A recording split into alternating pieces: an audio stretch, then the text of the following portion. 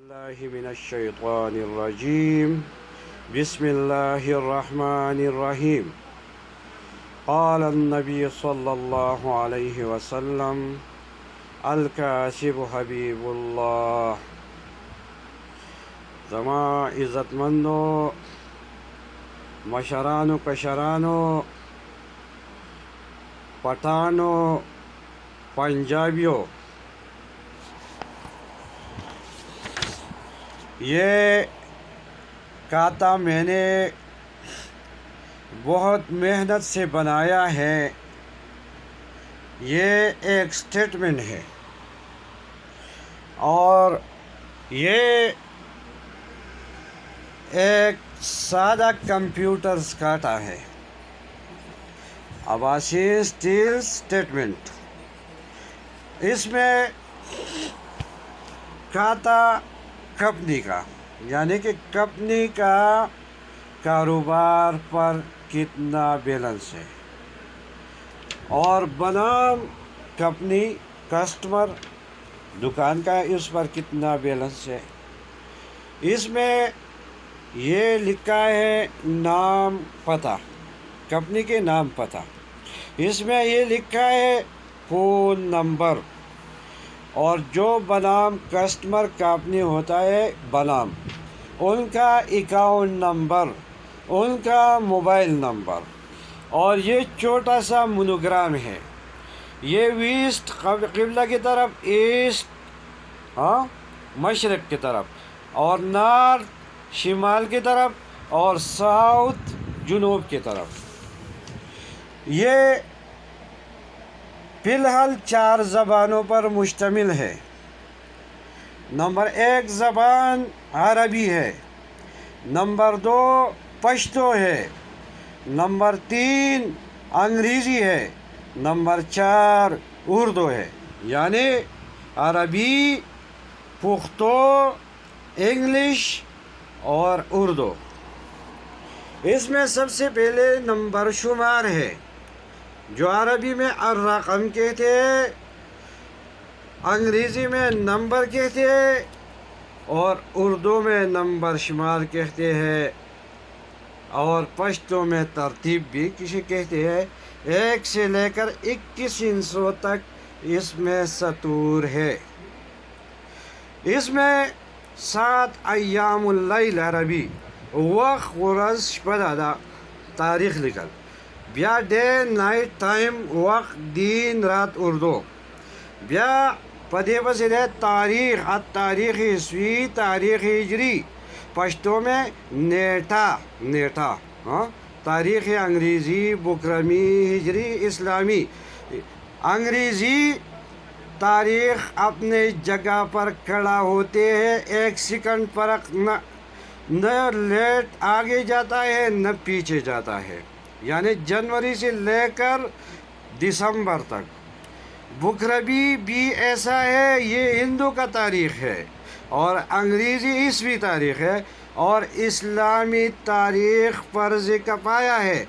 محرم سے لے کر اور عید الاضحیٰ تک یہ اسلامی مہینے ہیں، قابل احترام ہیں.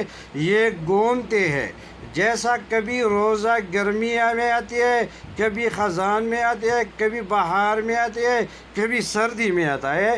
اسلامی تاریخ چل رہے ہے، گول ہے. اس طرح اس میں تاریخ لکھنا چاہیے. اس طرح جو مال جس کے ہاتھ پر گیا ہے یا وصول کیا ہے، بیدہ رقم الترسیل پلاس بل نمبر بائی ہینڈ، ہاتھ پر یا رسید نمبر، یا جو مال آتے ہیں بلڈی نمبر، یہ اس درمیان میں لکھا ہے. اس میں القدر، عربی میں شمار، عربی میں القدر، پشتو میں شمار لاڑ، انگریزی میں کوئٹی، اور اردو میں تعداد گیا، کتنا تعداد مال گیا. دوسرے میں القدر تعداد شمار راغے کوئٹی، یعنی 100 تعداد مال راغے. اس میں تفاصیل عربی وضاحت، پشتو اور انگریزی میں ڈسکرپشن اور اردو میں تفصیل. اس میں اشیاء کا تفصیل لکھے کہ یہ لوہا ہے یا ایلومینیم ہے یا آرمیچر ہے یا اسٹیل ہے یا ایس اسٹیل ہے یا ایم ایس اسٹیل ہے علی حاضی القیاس. اور جو دکانوں کا پائپ کا یا رسی کا یا جو فوڈس کا خوراک کا جو تفصیل ہے. اس میں الوزن، وزن عربی میں کیا ہے؟ الوزن یعنی پشتو میں وزن یا تول. اس میں کلو اور گرام نیچے لکھنا. انگریزی میں وائٹ اور کے جی اور جی بنے گرام. اور اردو میں وزن گرام ہوتے ہیں 1 سے لے کر 100 گرام تک ہوتے ہیں. 1 سے لے کر 5 گرام ہوتے ہیں جو حکماء اور سنار استعمال کرتے ہیں، یعنی کریانہ دکاندار استعمال کرتے ہیں. 1 گرام سے لے کر 5 گرام تک، 5 گرام سے لے کر 10 گرام، 10 گرام سے لے کر 25 گرام، 25 گرام سے لے کر 50 گرام، 50 گرام سے لے کر 75 گرام. اس کو چٹاکئی کہتے ہیں. چٹاکئی مطلب گفتگو کی بھائی. اور اس میں جب 100 گرام ہو جائے تو یہ 100 گرام بند ہوتے ہیں. اس طرح 300 گرام پاؤ ہوتے ہیں، جس کو پاؤ کہتے ہیں پشتو میں. اور 1 کلو میں 1 سیر میں، 1 سیر میں کلو میں جو 250 گرام، 250 گرام 4 پاؤ کچا ہوتے ہیں.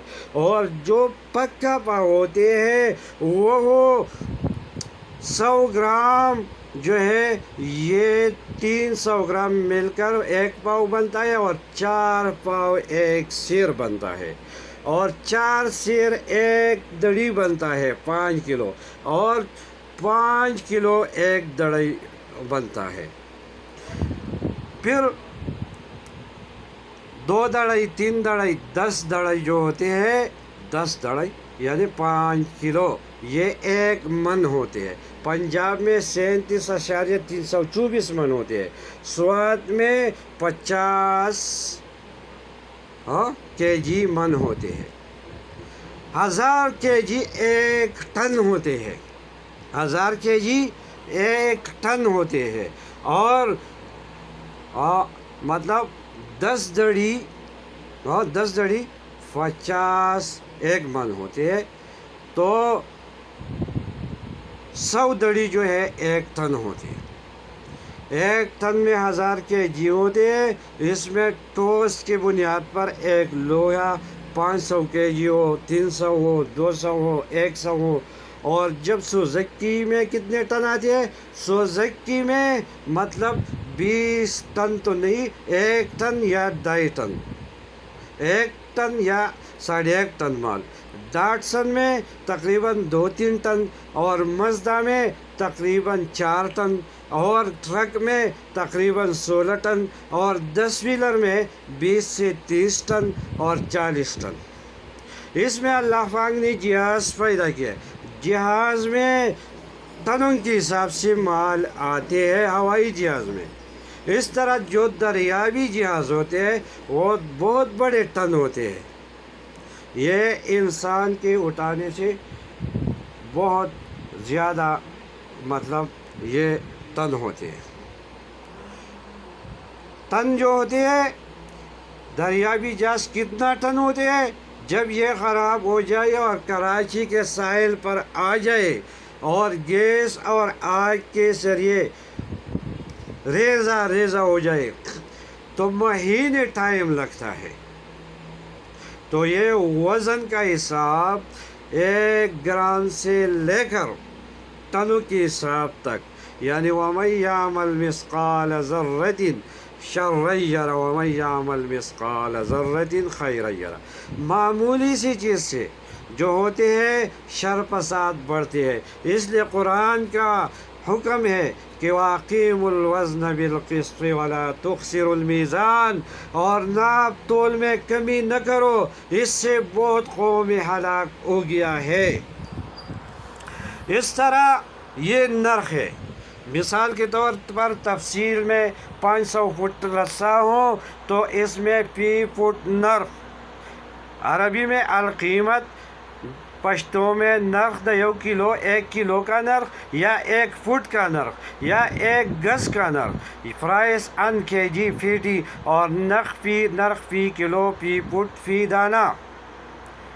پھر اس میں ڈیبٹ آتے ہیں، الثمن المحصول، عربی سلام دیا، یہ آپ نے ڈیبٹ کیا، ایک چیز دیا، روپئی دے چالور کرے، ڈیبٹ یعنی دا خپل طرف دے یو مال چالولے کو، دا دے ڈیبٹ کو، اردو میں، انگریزی میں پیمنٹ سینٹ، اور عربی اردو میں ڈیبٹ مطلب یہ رقم دیا، سامان دیا، رقم دیا، پیسہ دیا۔ اس کے ساتھ یہ آ رہی ہے کریڈٹ۔ کریڈٹ کا مقصد ہے کہ جب آپ کو دوسری جگہ سے وصول ہو جائے، آپ کا کسی پر قرضہ ہو، یا آپ کو کوئی قرض رقم دے دے، یا آپ کو کمپنی سے رقم آ جائے، اس کو کریڈٹ کہتے ہیں۔ یعنی رقم لیا، سامان لیا، پیسہ لیا، روپے لیا۔ آپ نے اگر حرام پیسہ لیا، حرام سوچ آئے گا، اگر آپ نے حرام لیا تو حرام سوچ ہوگا۔ کریڈٹ۔ پھر اس میں بقیہ اسم موسیٰ دعا لیا، دام ڈیبٹ، یہ بھی ڈیبٹ۔ بقایا پنم دا کارخانے، پنم دا کسٹمر، پنم دا گاہک، بیلنس ان کمپنی ڈیبٹ، کمپنی تا چتا سمرا ڈیبٹ ولے گو، مال دے ولے گو، سپلائی دے وکڑا، انہیں آگا لتا پیسے ولے گلے، کسٹمر لدے، نو بقایا بنام فیکٹری، قرضہ، and company, customer, stocks, party, فلان، نو تا چا سمرا روپے ورکے ڈیبٹ داتا ورکڑے، داستا بیلنس ان کمپنی ان کسٹمر، دا پدیستا بقاشو۔ پھر اس میں دوسری چیز جو ہے بقایا بنام دکان، عربی میں اس میں بقیہ اس میں دکان، دعا دیا، دعا لیا، کریڈٹ۔ بقایا پاتی روپئی پنم دا دکان، بیلنس ان شاپ، کریڈٹ۔ بقایا بنام دکان، سامان لیا، قرضہ لیا، پیسہ لیا، روپیہ لیا۔ اس کا طریقہ کار یہ ہے، اگر کوئی غریب ہو تو وہ پہلے کریڈٹ استعمال کرے گا، وصولی کرے گا، آگے جائے گا، وہ آگے ڈیبٹ کرے گا، مال آئے گا، تو اس کو جنرل آرڈر سپلائزر کہتے ہیں۔ لیکن جب آپ مالی اعتبار سے برابر ہو تو آپ ڈیبٹ کرے گا۔ ڈیبٹ مطلب آپ ادھار مال غریبوں کو دے گا، پھر وہ اگرائی کی سسٹم نے آپ کو کریڈٹ کرے گا۔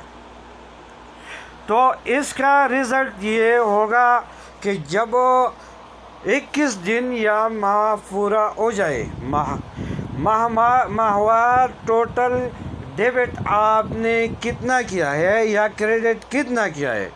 جب آپ نے مثال کے طور پر 1,50,000 کا ڈیبٹ کیا ہے اور آپ کو وصولی 1,00,000 ہوا ہے، تو پھر آپ کا بیلنس بقایا بنام فیکٹری 50,000 ہو گیا، اور بقایا بنام دکان کوئی نہیں۔ دکان کے لیے دوسرے سٹیٹمنٹ ہوتے ہیں جو اوپر سے مال لیتے ہیں، فیکٹری سے، دکاندار سے، یا کسی ڈیلر سے، یا کسی آدمی سے، تو ان کا دکان پر یہ ایک بقایا ہوتے ہیں، اس کو کہتے ہیں کریڈٹ، ان سے کریڈٹ۔ پھر جب وہ ڈیبٹ ہو جائے اور کریڈٹ آ جائے تو بیلنس رہ گیا، مثال کے طور پر 50,000۔ جب یہ 50,000 رہ گیا، اس کے وصولی کا طریقہ کار کیا ہوگا۔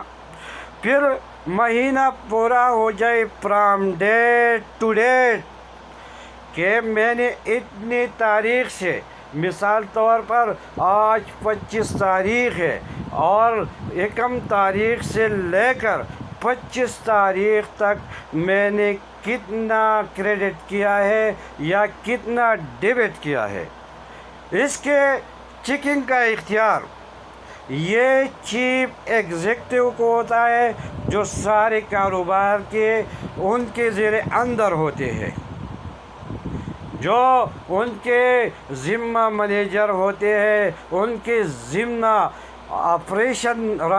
آپریٹر ہوتے ہیں اور اکاؤنٹنٹ ہوتے ہیں، انجینئرز ہوتے ہیں، فورمین ہوتے ہیں، تو وہ یہ چیک کرے گا۔ اس کے ساتھ سائنس 30 مئی 1977 ادارے کی بنیاد کہ یہ کس سن میں قائم ہوا ہے، کہ یہ اعتبار شدہ ہے یا گن کھپ لوگ ہیں یا فضول لوگ ہیں یا ڈرامہ باز لوگ ہیں۔ اس میں جب ٹوٹل کریڈٹ جمع ہو جائے یا ڈیبٹ ہو جائے، جب کریڈٹ وصولی جمع ہو جائے اور جو مال اور آگے ڈیبٹ ہو جائے، بقایا بیلنس کہ بھائی میرے مہینے میں اتنا ڈیبٹ ہوا، اتنا کریڈٹ ہوا، اتنا بیلنس ہوا، اتنا منافع ہوا۔ ابھی اس میں کوئی انویسٹمنٹ کرے گا، مطلب اس میں اپنا رقم کاروبار میں بند کرے گا، تو اس کا طریقہ کار یہ ہوتے ہیں کہ بھائی ماہوار اتنا ڈیبٹ ہو گیا، اتنا کریڈٹ ہو گیا۔ جو ڈیبٹ مثال کے طور پر ایک چیز 1 لاکھ روپے پر مل گیا ہے، اس میں 10,000 منافع ہے۔ 10,000 منافع میں جو دکان کے مزدور، بجلی کا بل، فون کا خرچہ، مزدوروں کا خرچہ، کھانے پکانے کا خرچہ اور دکان سے وابستہ بزنس مین ہے جو کاروبار کی بنیاد پر آتے ہیں، ان کے خرچات ہوتے ہیں۔ اس میں غریب لوگ صدقات کے لیے آتے ہیں، اس میں یہ اپنی دکان کی طرف سے ہوتے ہیں یا زکوٰۃ کا معاملات ہوتے ہیں۔ جب یہ 1 لاکھ مثال کے طور پر 10,000 کمائے اور اس سے خرچہ نکل جائے اور ماہوار مہینے میں مثال 10 لاکھ کا مال گیا، اس میں کتنا منافع ہوا؟ اگر 5,000 منافع ہوا تو 50,000 آپ کو بچ گیا۔ اگر کم ہو گیا 20,000 بن گیا 30,000۔ تو نفع نقصان کاروبار کے جز ہے۔ جو کوئی نفع مانگتے ہیں اور نقصان نہیں مانتے تو اس کو سود خور کہتے ہیں، اور جو ٹائم کی بنیاد پر مہنگا مال دیتے ہیں اس کو انڈر فلی کہتے ہیں۔ جو مسلمانوں کی مجبوری سے پیدا اٹھا کر 1 لاکھ کا چیز 2 لاکھ پر دیتے، 1.50 ہوتے، اس کو انڈر فلی کہتے ہیں۔ اپنے کام کو توجہ کہہ دو۔ تو اس حوالے سے جو انویسٹمنٹ ہوتے ہیں کہ جب رقم کماتے ہیں لاکھوں میں، ہر آدمی اس کا دوست ہوتے ہیں، لیکن جب کاروبار نقصان پر آتے ہیں تو لوگ اس کے خلاف ہوتے ہیں، نقصان نہیں مانتے۔ تو ایک غریب مولوی صاحب نے قرآن کا ترجمہ کر رہے تھے کہ مکہ کے مشرکین یا اس دور میں سود ہو رہا تھا، تو اللہ پاک کا امر آیا کہ اے ایمان والو، ان لوگوں کے مال رقم واپس کر دو اور سود ان کو نہ دے۔ مطلب جس کا رقم جس ادارے میں بند ہو، وہ جو ادھار گیا ہے اس کے نکلنے تک صبر کرے، اپنا رقم لے۔ لیکن جو لاکھ روپے کمائی تھا اس میں آپ دوست تھے، ابھی 20,000 میں یا 30,000 میں اپنا رقم لے لو، کیونکہ مثال بطور 2-3 سال 4 سال سے پی ٹی آئی کے دوری حکومت میں سوات کے 50 پلانٹ بند تھے. اس طرح اور کاروبار ریسٹورنٹ کا، اس طرح کریانے کا، اس طرح ہارڈ ویئر وارشل قابلے کا اور اس طرح سریا فاؤنڈیشن کا، اس طرح گارڈر کا، اس طرح ٹی آئرن کا، اس طرح اینگل کا، اور اس طرح جو ہماری سیاسی کام پل ہوتے ہیں یا این جی اوز ہوتے ہیں جو ندی کے اوپر لوہے کے رسہ سے جو پل بنواتے ہیں، برج بنواتے ہیں، یہ کاروبار اس حکومت میں بنتے. چوروں کے ٹولوں کے خلاف بلوا ہو گئے، لیکن اگر ایک کام نہیں کر سکتے تو کیوں حکومت کے پاس جاتے ہیں؟ آپ نے کس چور کو سزا دیا؟ اپنی جان قربانی کرو، سب سے پہلے چور پکڑو، سزا دو، پھر بتاؤ کہ میں نے چوروں کو ختم کیا. لیکن ایک ڈرامہ بن گیا، مسلمانوں کی عزت کے پیچھے لگ گیا، اور اتنا بے حیائی، اتنا گمراہی، اتنا بے شرمی، اور اتنا فساد، اتنا زنا، اتنا لوٹی، موبائل بڑھ گیا، کاروبار بڑھ گیا، سب کچھ خراب ہو گیا.